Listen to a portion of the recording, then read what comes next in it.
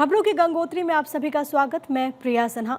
उत्तराखंड के रुद्रप्रयाग जिले में केदारनाथ धाम से वापस फाटा आ रहा हेलीकॉप्टर रविवार की सुबह 5:20 पर क्रैश हो गया। हादसा इतना विभत्स था कि हेलीकॉप्टर में सवार सभी 7 लोगों की मौत हो गई। सभी शव बुरी तरह से जल गए। शवों की पहचान के लिए डीएनए टेस्ट कराया गया। घटना को गंभीरता से लेते हुए सीएम पुष्कर सिंह धामी ने हाई लेवल की मीटिंग बुलाई है। साथ ही साथ आज के लिए हेलीकॉप्टर सेवा चारधाम में बंद कर दी गई। हेलीकॉप्टर गौरीकुंड के जंगल में क्रैश हुआ। इस बार के चारधाम यात्रा में कई बार हेलीकॉप्टर की इमरजेंसी लैंडिंग हुई। सबसे पहले कुछ तस्वीरें जो सामने आई है वो आपको दिखा दे, क्योंकि अगर आप देखेंगे जब से चारधाम यात्रा की शुरुआत हुई है तब से इस तरीके से खबर सामने आ रही है।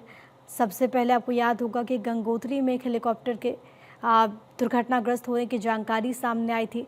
अगर मुख्य तौर पर केदारनाथ की ही बात करें तो 3 घटनाएं ऐसी घट चुकी हैं। पहले 17 मई को जो हादसा हुआ वो आप ज़रा देखिए। दूसरी तस्वीर जो है 7 जून को ये हादसा हुआ और आज केदारनाथ के पास हेलीकॉप्टर क्रैश हो गया।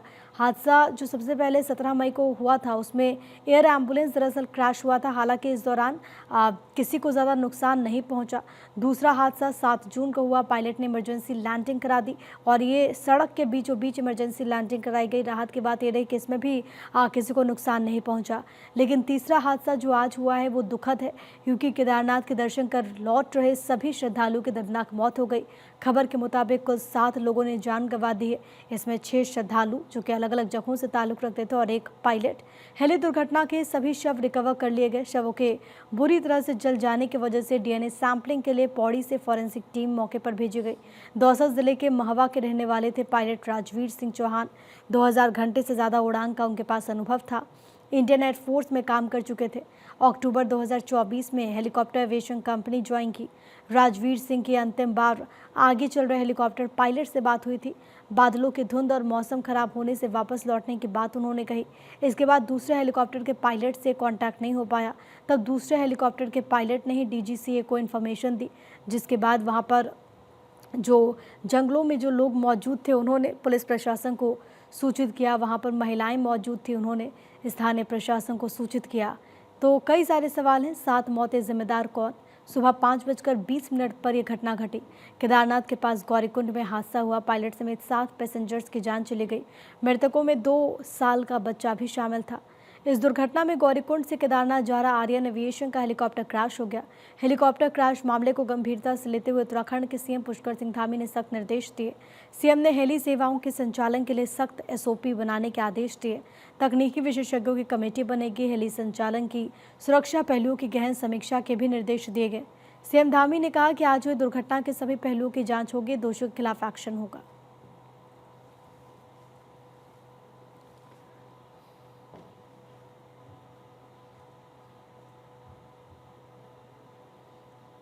आज प्रातःकाल खराब मौसम के कारण एक हेलीकॉप्टर दुर्घटनाग्रस्त हो गया।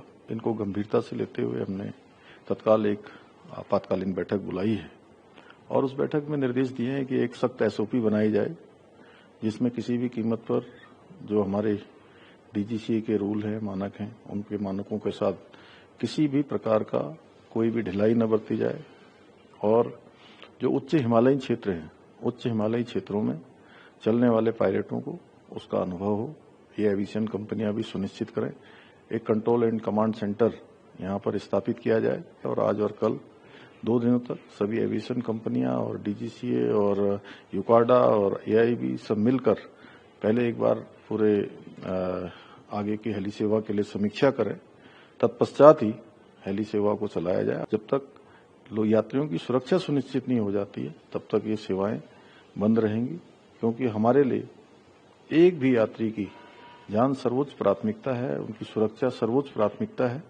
उसी के आधार पर आगे इन सेवाओं का संचालन होगा। वहीं हेलीकॉप्टर हादसे के बाद एक्शन भी देखने को मिल रहा है। चारधाम हेलीकॉप्टर सेवा पर रोक लगा दी गई है। यूसीएडीए डीजीसीए ने रोक लगाई। अगले आदेश तक हेलीकॉप्टर सेवा पर स्टे लगाया गया है। आज से क्रैश जो हुआ उसके बाद 2 दिनों के लिए फैसला लिया गया।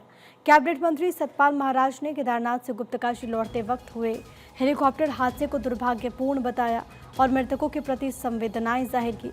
उन्होंने कहा कि प्रारंभिक जानकारी के अनुसार हादसे का कारण खराब मौसम हो सकता है, लेकिन सरकार इसकी जांच जरूर करवाएगी।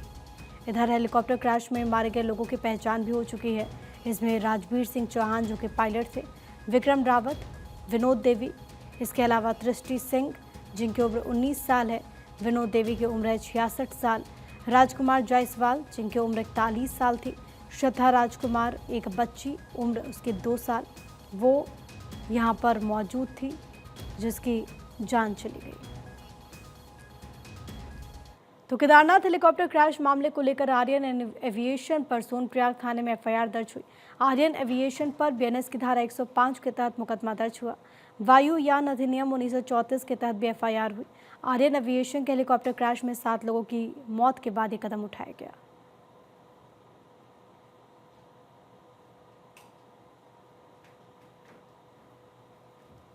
केदारनाथ हेलीकॉप्टर हादसे को लेकर पीएम मोदी ने भी सीएम धामी को फोन कर सीएम धामी से फोन पर हादसे की जानकारी ली। पीएम मोदी ने हेलीकॉप्टर हादसे पर दुख जाहिर किया, केंद्र की ओर से हर संभव सहयोग का भरोसा दिया।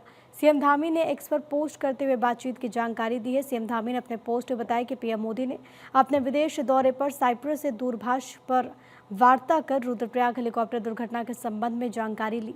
इसके साथ ही दुर्भाग्यपूर्ण घटना के संबंध में अमित शाह और केंद्रीय नागरिक उड्डयन मंत्री राममोहन नायडू ने भी फोन पर बातचीत की है। केंद्रीय नेतृत्व ने हर संभव सहायता देने का भरोसा दिया।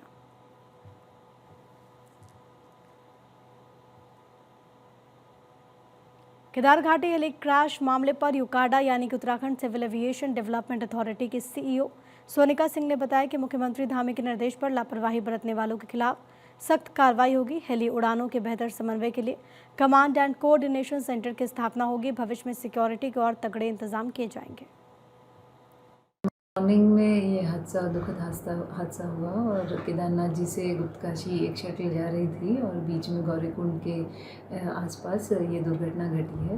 माननीय मुख्यमंत्री जी द्वारा भी एक आपातकालीन बैठक ली गई जिसके अंदर एक समिति के गठन करने की बात हुई गृह सचिव महोदय की अध्यक्षता में, और उसमें जितने भी सेफ्टी नॉर्म्स हम अब और ला सकते हैं, किस तरह से और ज़्यादा स्ट्रेंथनिंग ऑपरेशंस की, हेली ऑपरेशंस की यहाँ पे की जा सकती है, उस पर सुझाव देने की बात कही गई है। इसके अलावा एक कंट्रोल रूम यहाँ पे बनाने का, जिसमें कि सभी विभाग सेफ्टी या जो चाहे सुरक्षा वाले हो गए, चाहे मेट वाले हो गए, चाहे हमारे डीजीसीए के हो गए, यहाँ पे एक बनाया जाएगा जिससे एक स्मूथ कोऑर्डिनेशन में ये सारे हेली ऑपरेशन करे जा सकें।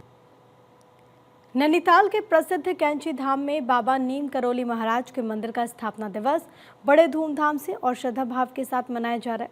हर साल 15 जून को मनाया जाने वाला यह आयोजन इस बार और भी भव्य रूप में सामने आया।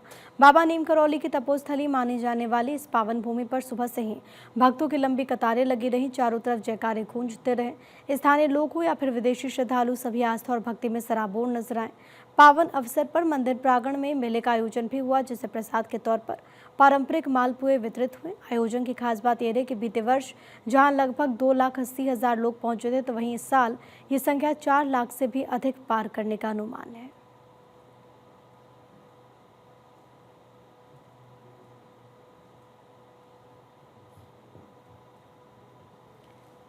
वहीं सोनप्रयाग से केदारनाथ धाम जाने वाले मार्ग पर अग्रिम आदेशों तक के लिए आवाजाही रोक दी गई है। बारिश के बाद आज केदारनाथ धाम पैदल मार्ग पर भारी संख्या में पत्थर गिरे।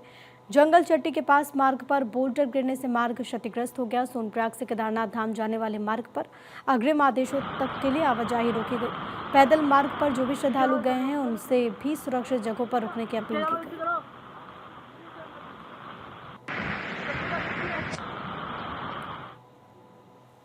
उत्तराखंड उच्च न्यायालय ने लक्सर एसडीएम को सरकारी भूमि को कब्जा मुक्त करने के आदेश दिए हैं।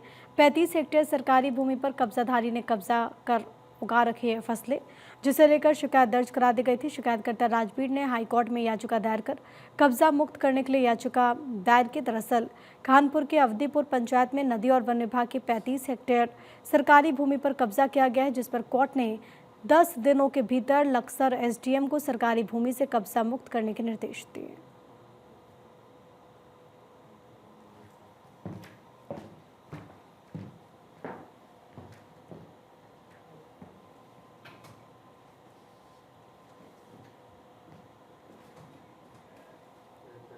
तो 10 दिन का वक्त दिया गया है। दरअसल इसको लेकर के पहले भी शिकायतें मिल रही थी। सरकारी ज़मीन से कब्जा हटाने के निर्देश जारी कर दिए गए हैं। दबंगों ने यहाँ पर खेती कर ली है और सबसे बड़ी बात है कि ये सरकारी ज़मीन है और एसडीएम को कोर्ट की तरफ से 10 दिन का वक्त दिया गया है और इस 10 दिन के भीतर ही यहाँ से कब्ज़ा मुक्त कराना होगा, ये कोर्ट की तरफ से कहा गया है। दरअसल याचिकाकर्ता जो कि बेहद परेशान इसमें नज़र आए और ये क्योंकि सरकारी ज़मीन है इसी वजह से ये मांग पहले भी उठती रही है कि इसे कब्ज़ा मुक्त कराया जा सके। एक बार फिर से ये मांग उठी और इसको लेकर के दरअसल एक याचिका दायर की गई थी जिस पर सुनवाई के दौरान कोर्ट की तरफ से ये दिशा निर्देश जारी किए गए हैं। अब देखना होगा कि 10 दिन के भीतर एसडीएम की तरफ से क्या कदम उठाए जाते हैं।